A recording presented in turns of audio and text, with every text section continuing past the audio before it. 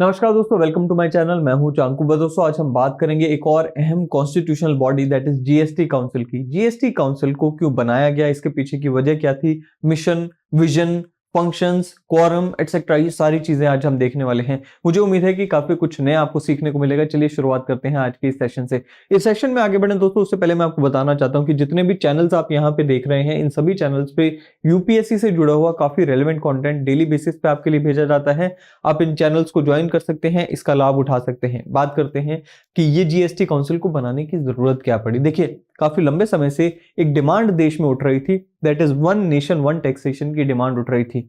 इसे फुलफिल किया जाता है 2016 में गुड्स एंड सर्विसेज टैक्स की फॉर्म में, जिसे 101st कॉन्स्टिट्यूशनल अमेंडमेंट एक्ट के द्वारा देश में लाया जाता है। अब इस टैक्स को स्मूथली एंड एफिशिएंटली देश में लागू करने के लिए सभी स्टेक होल्डर्स को एक साथ आना जरूरी था। सभी स्टेक होल्डर्स, जिसमें सेंटर एंड स्टेट्स सभी आ जाते हैं, इनके बीच में कोऑर्डिनेशन, कोऑपरेशन एंड कंसल्टेशन को एंश्योर करने के लिए जीएसटी काउंसिल का गठन किया जाता है। और ये जीएसटी काउंसिल का गठन भी उसी 101st कॉन्स्टिट्यूशनल अमेंडमेंट एक्ट 2016 के द्वारा किया जाता है। इनफैक्ट इसी एक्ट में एक नया आर्टिकल इंट्रोड्यूस किया जाता है, that is article 279A of the Indian constitution, जिसमें जीएसटी काउंसिल का प्रावधान रखा गया, जिसमें प्रेसिडेंट ऑफ इंडिया को यह पावर दी गई कि प्रेसिडेंट एक ऑर्डर पास करके जीएसटी काउंसिल का गठन कर सकते हैं। एंड इसी प्रावधान के तहत 2016 में प्रेसिडेंट ऑफ इंडिया ने जीएसटी काउंसिल का गठन किया, जिसका सेक्रेटेरिएट न्यू दिल्ली में लोकेटेड है। एंड यूनियन रेवेन्यू सेक्रेटरी जो है, ही और she is the ex officio secretary of GST council. So ये यहां पर हमने जाना। अब बात करते हैं विजन एंड मिशन की। देखिए, विजन एंड मिशन में फर्क क्या होता है। विजन एक लॉन्ग टर्म ऑब्जेक्टिव जो कि आप अचीव करना चाहते हैं या कोई ऑर्गेनाइजेशन अचीव करना चाहती है, एंड मिशन होता है वो ऑब्जेक्टिव जो इमीडिएट बेसिस पे आप अचीव करना चाहते हैं।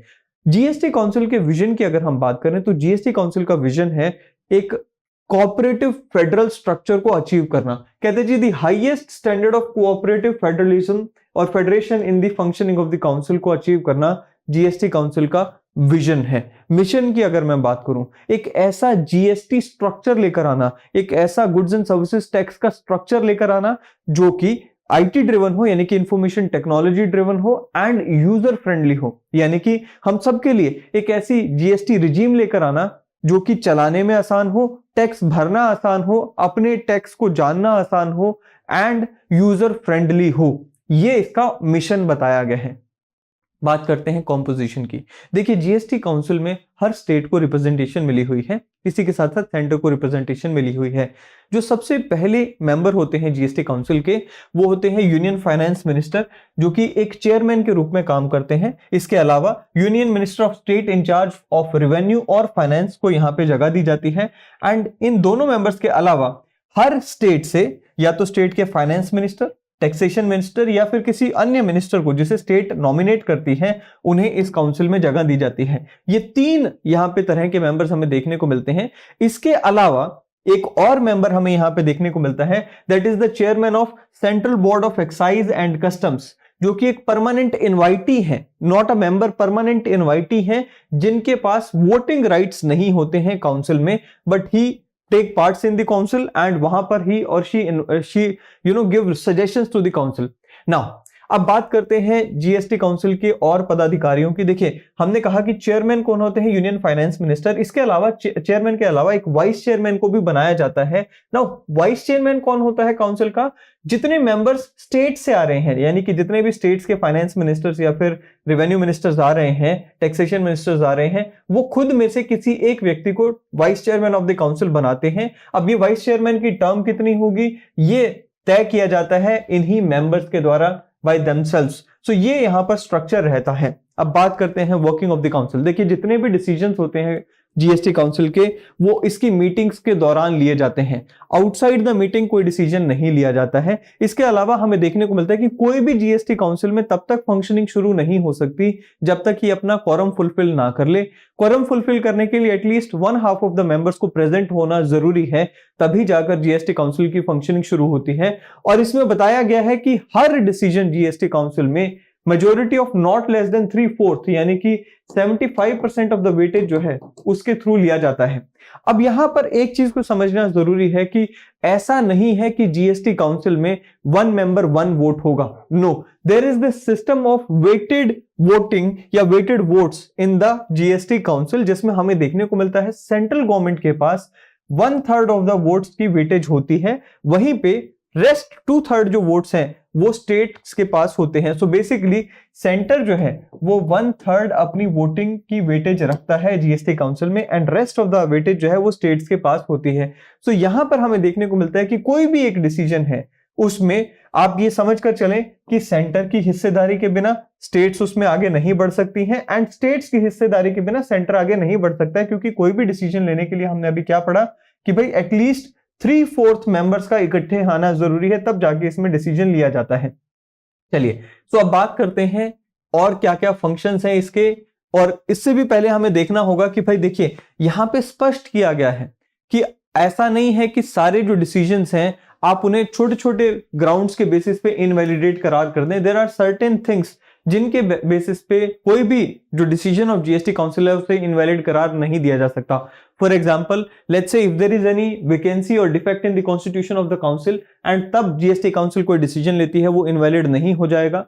इसी के साथ साथ let's say if there is any defect in the appointment of a person as a member of the council, उसके बेसिस पे भी जीएसटी का कोई डिसीजन जो है, काउंसिल का कोई डिसीजन इनवैलिड नहीं हो जाता। या फिर कोई प्रोसीजरल इरेगुलरिटी है not affecting the merits of the case, उसके बेसिस पे भी आप यहां पर क्लेम नहीं कर सकते कि जीएसटी काउंसिल का डिसीजन इनवैलिड है। सो ये छोटे छोटे डिफेक्ट्स के बेसिस पे जीएसटी काउंसिल के डिसीजंस को इनवैलिडेट नहीं किया जा सकता। अब बात करते हैं फंक्शंस ऑफ जीएसटी काउंसिल की। देखिए सबसे अहम पार्ट है कि क्या फंक्शंस है जीएसटी काउंसिल के।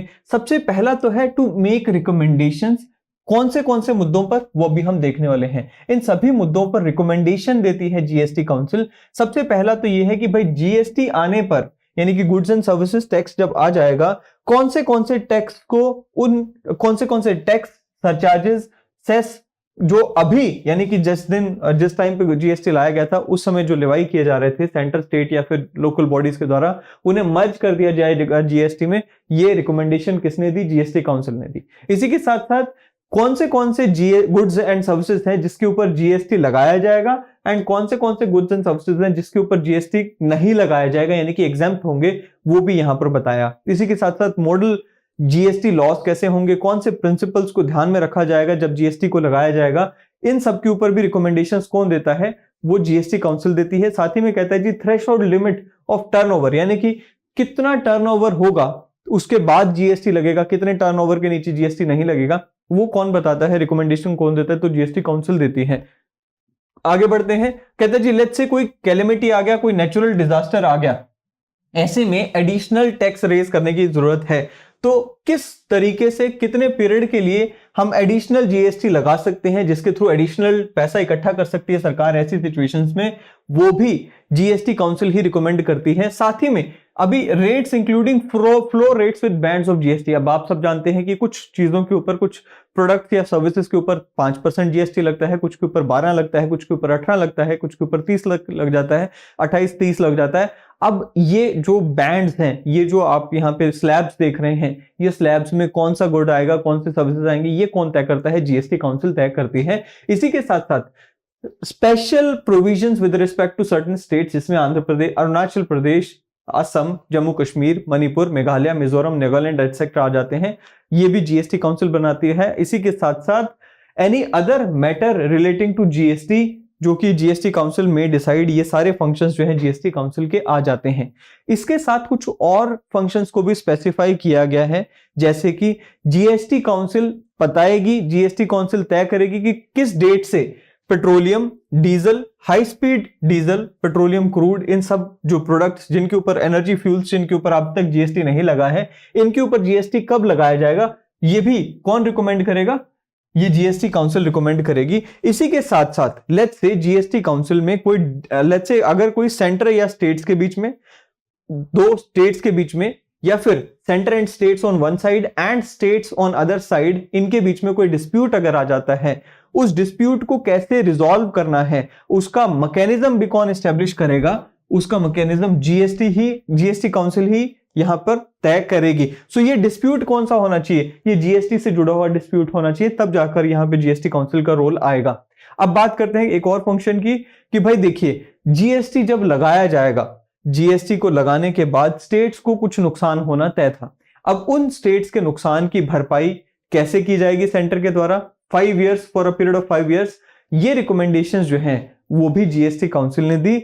नाउ इसी के बेसिस पर, इन्हीं रिकमेंडेशंस के बेसिस पे पार्लियामेंट ने कंपनसेशन को डिसाइड किया एंड उसे डिसाइड करने के लिए, उसे लागू करने के लिए 2017 में पार्लियामेंट के द्वारा एक कानून भी लाया गया।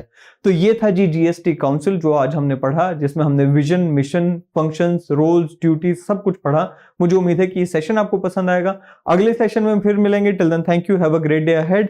वीडियो पसंद आई हो लाइक एंड शेयर करना ना भूलें, चैनल को सब्सक्राइब करना ना भूलें। अगले सेशन में मिलेंगे जी। Thank you very much.